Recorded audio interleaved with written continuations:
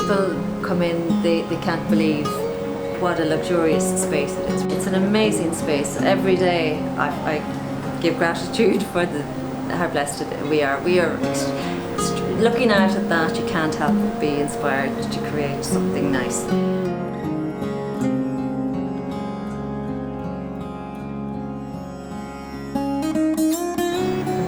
It's hard. Being a creative isn't, you're not in it for glamour or the money. So it's great to have an open space like this, right beside the river in the centre of town, and it's what a luxurious space it is. We're very blessed.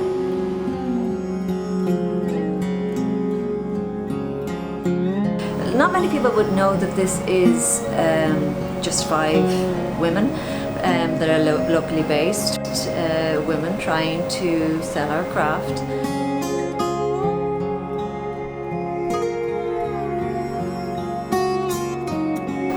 What a selection! Oh, good for the soul. It really is. Isn't it? Oh, wow. It's great, isn't it? I used to bring my kids in here from when they opened, and I love the idea that depending on what day I came in, there was a completely different craft going on or art going on in here, and it was such a lovely way to explore it. And as soon as I came in and met Una, I thought, well, I'm not leaving until they keep me. So.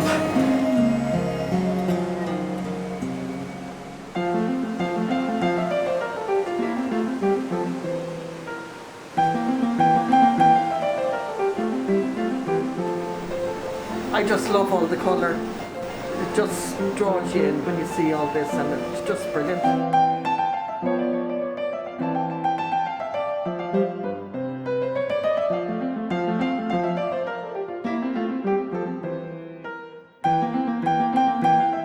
When you work on your own in your studio, you've nobody to talk to, or you've nobody to bounce ideas off. So it's a team of artists that share a space, and we have had men on the team, but it just happens to be 5 women at the moment. I'm here, and there's another artist called Alison Hunter. She's a textile artist. She works with felt. There's another girl called Fiona Ross. She's just recently joined us. She's a pattern design, and then she makes fine art using nature as her muse. There's a potterer called Gráinne Lachlan.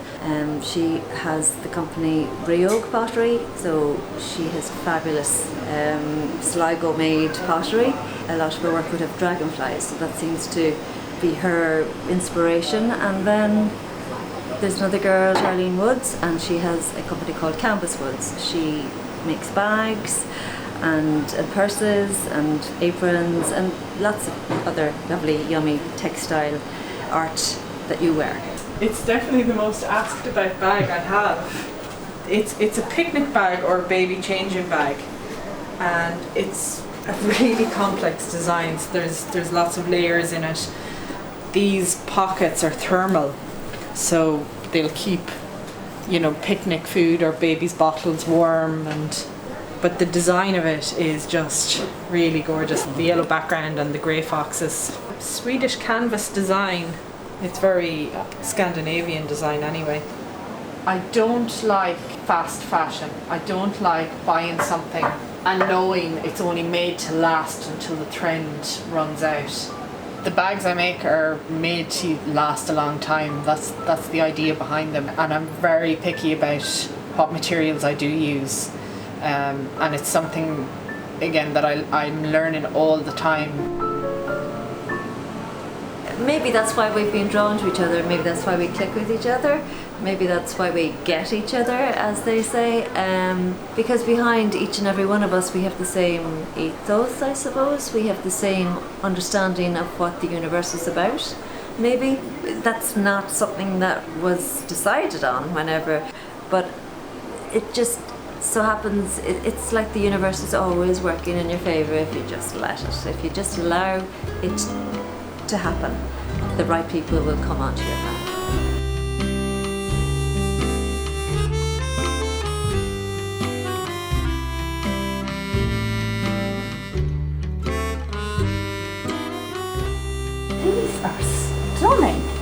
so these are Una, who's an illustrator. They're Depth so and texture. vibrant. They really are. That's really cool. But this, I'm really interested. You said, was it pointillism? Pointillism. Never even So- heard of that. It's all dots, so everything is built up with dots of colour. Holy moly. And it's the ultimate in mindful art, really. Build a picture and build it up using tiny, tiny portions. It's a bit like the Aboriginal art idea, isn't it? Yeah, I In guess one it would be, sense. yeah. It's incredible. Oh, there's a lovely feeling here, isn't there? There is, yeah. And are you inspired when you're working here, looking out at the river? Absolutely. I mean, even the people watching, possibilities. Yeah, it's really lively and bright and huge amount of tourists here. And I think it's because of the river and it's just such a kind of a culture Little hub. hotspot. Yeah. It's really inspiring to be around so much. That's what I was going to say.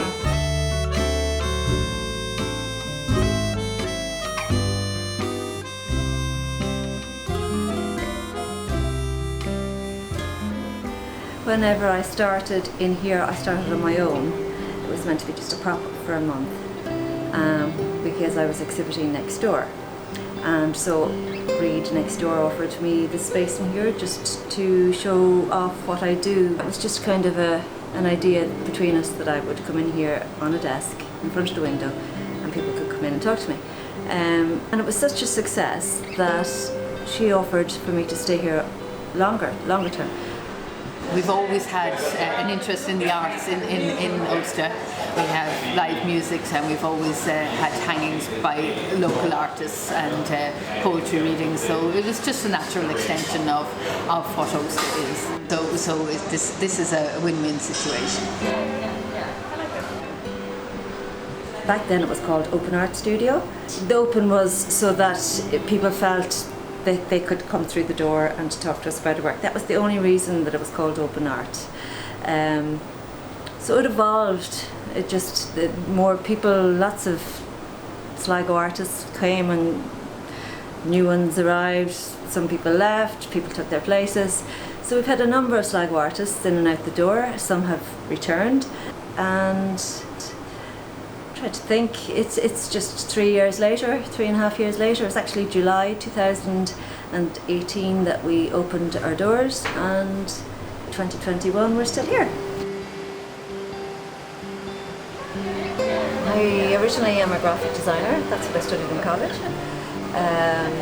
I always, even in secondary school, would have loved the swirls and that whole flowy aspect. I've always liked mythology and Celtic design, so I suppose I incorporated that into my work a lot. I started pointillism because it's such a meditative process. It's a build-up of dots of different colours to create a block of colour that draws in the eye. There's a multitude of different greens just in the tree itself. Turquoises, and there's blues, there could even be reds in there that all blend in together to create a solid colour.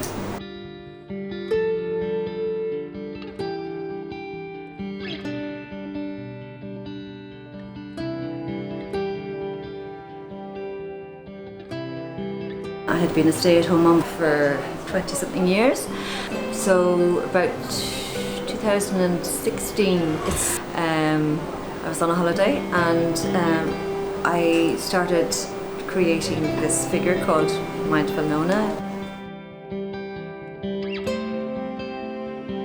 I bought this notebook at the airport, so I sketched this first Nona.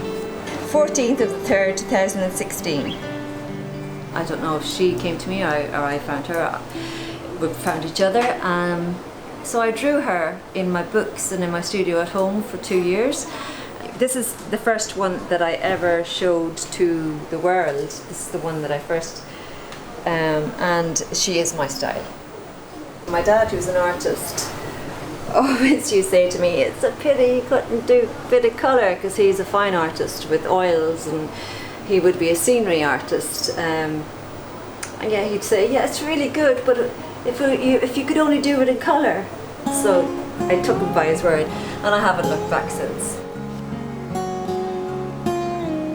I never sell an original piece of Nona, more so out of my whole idea that she is going to become something big, and I want to have ownership of all original pieces. It's all a lesson, it's all a journey. Every day is new, every day we come up with different ideas. In the near future she's going to be in a book, she's going to be in mindful colouring pages. So we'll see, watch this space.